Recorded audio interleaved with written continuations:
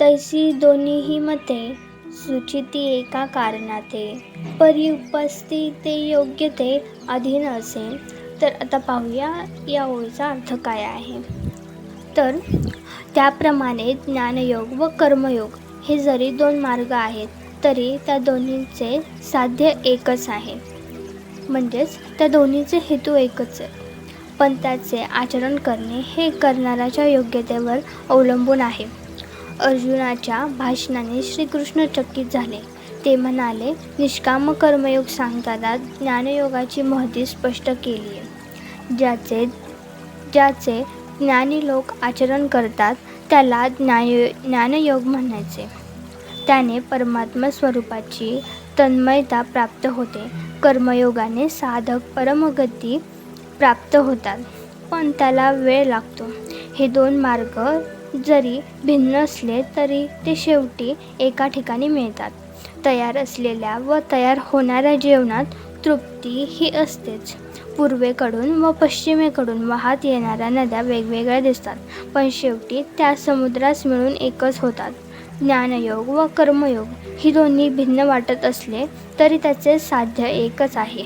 कोणाचे आचरण करायचे हे ते करणाऱ्याच्या योग्यतेवर अवलंबून आहे. पक्षी एका खेपेत फळापाशी पोहोचतो, पण तेथे पोहोचायला वेळ लागतो. तो मनुष्याला पक्षी मार्ग म्हणजे ज्ञानयोग, तर मनुष्य मार्ग म्हणजे कर्मयोग असं समजावा.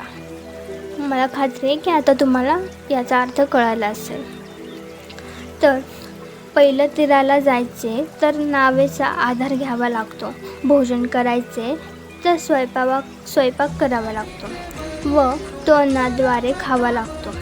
चित्तात जोपर्यंत शांतता येत नाही तोपर्यंत कर्म हे करावंच लागतं.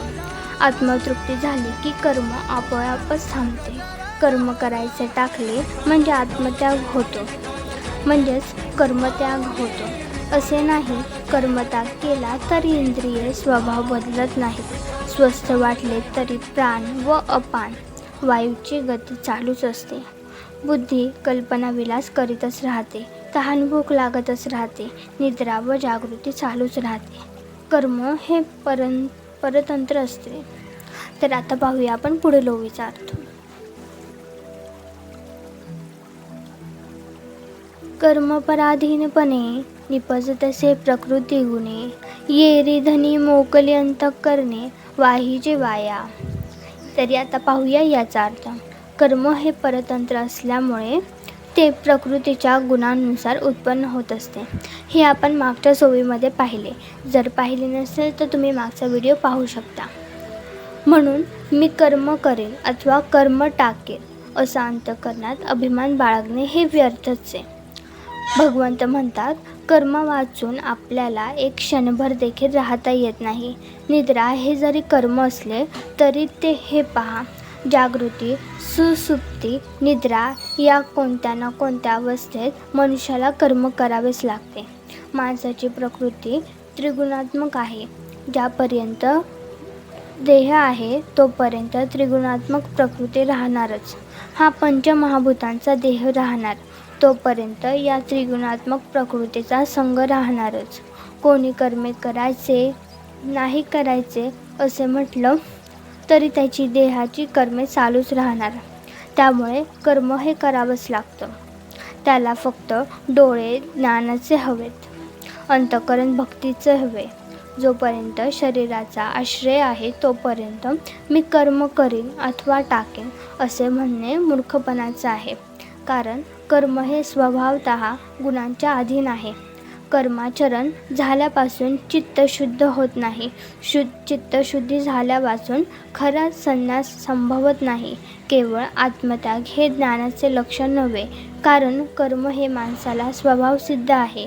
कर्मयोगाद्वारेच खरी ज्ञानप्राप्ती होते. भगवंताच्या स्वरूपाचे मनन करणारा निष्काम कर्मयोगी परब्रह्म परमात्म्याला फार लवकर प्राप्त होतो. परमात्म्याला लवकर प्राप्त करून घेतो. जोपर्यंत निरश्चता प्राप्त होत नाही तोपर्यंत कर्म हे करावेच लागणार. एकदा का आत्मवृत्ती झाली की कर्म आपोआपच थांबते. प्रकृतीच्या सत्व, रज, तम या गुणांमुळेच मरेपर्यंत मानवाच्या हातून कर्म घडणारच. ज्ञानेंद्रिये, कर्मेंद्रिये व मन यांची कर्मे मरेपर्यंत चालूच राहणार आहेत. तर आता पाहूया आपण पुढील ओळीचा अर्थ. धन्यवाद.